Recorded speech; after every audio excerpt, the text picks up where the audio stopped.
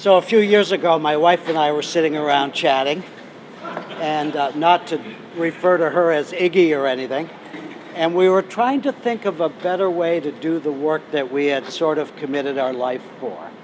And that was to work with those marginalized by addiction and by mental health issues.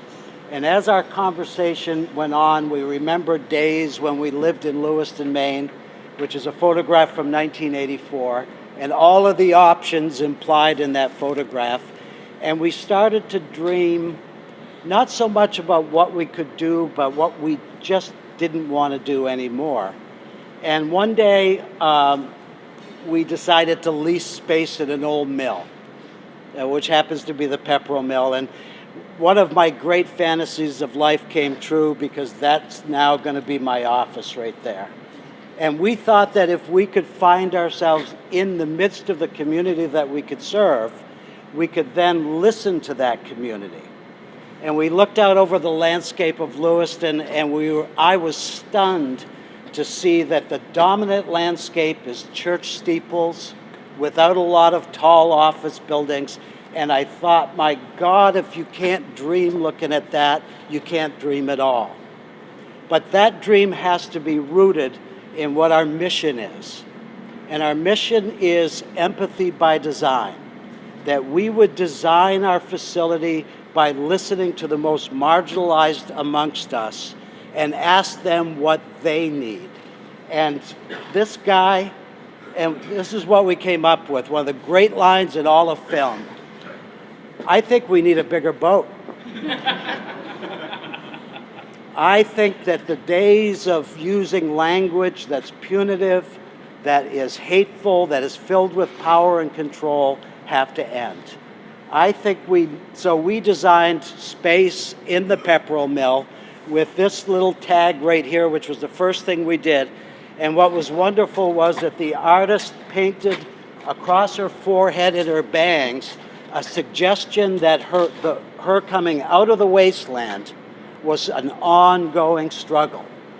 Then we decided to build a half pipe. This happens to be the best counselor we have, and we don't have to pay it a damn thing. Kids come in and skate. They ask questions about who we are. We're doing a skate-a-thon in December to raise money for low-income kids, sponsoring it with Backwoods Sports. And that's where the Pepperell Mill is, and we're waiting to put a sign up that is very, very cool, but the picture itself is awesome. I've driven by that a million times, and on the other side of the sign is a little heart that's still beating. I think it's been beating for like 60 years and forgot to shut itself off.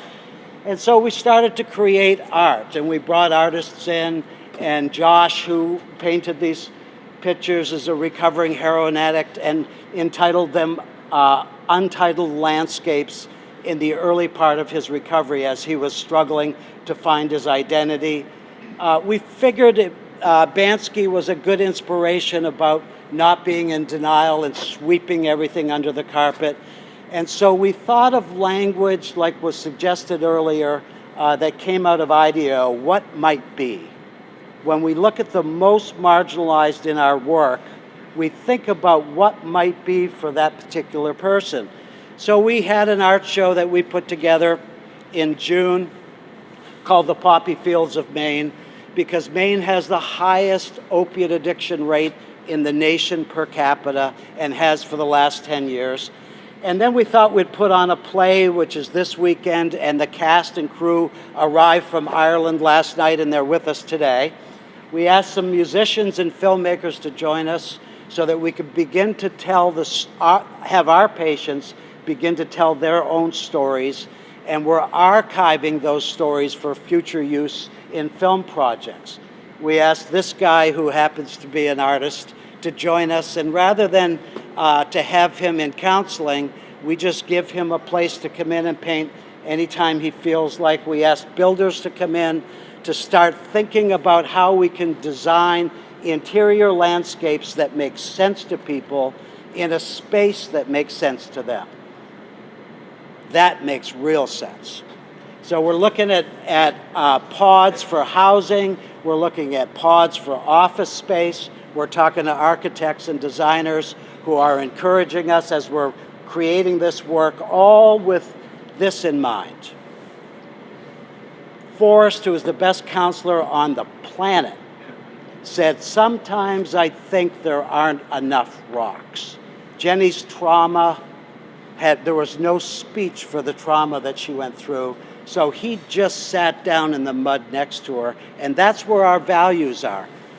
We want to be able to sit next to folks who have been haunted by the past, haunted by trauma, so much so that they just ignore the monsters. By the way, that's a very cool kid skating, isn't it? Goes back to our half-pipe deal right there. Again, we center ourselves in the midst of folks that struggle with addiction. I'm a recovering alcoholic myself, and we feel that they can tell us how to rebuild community.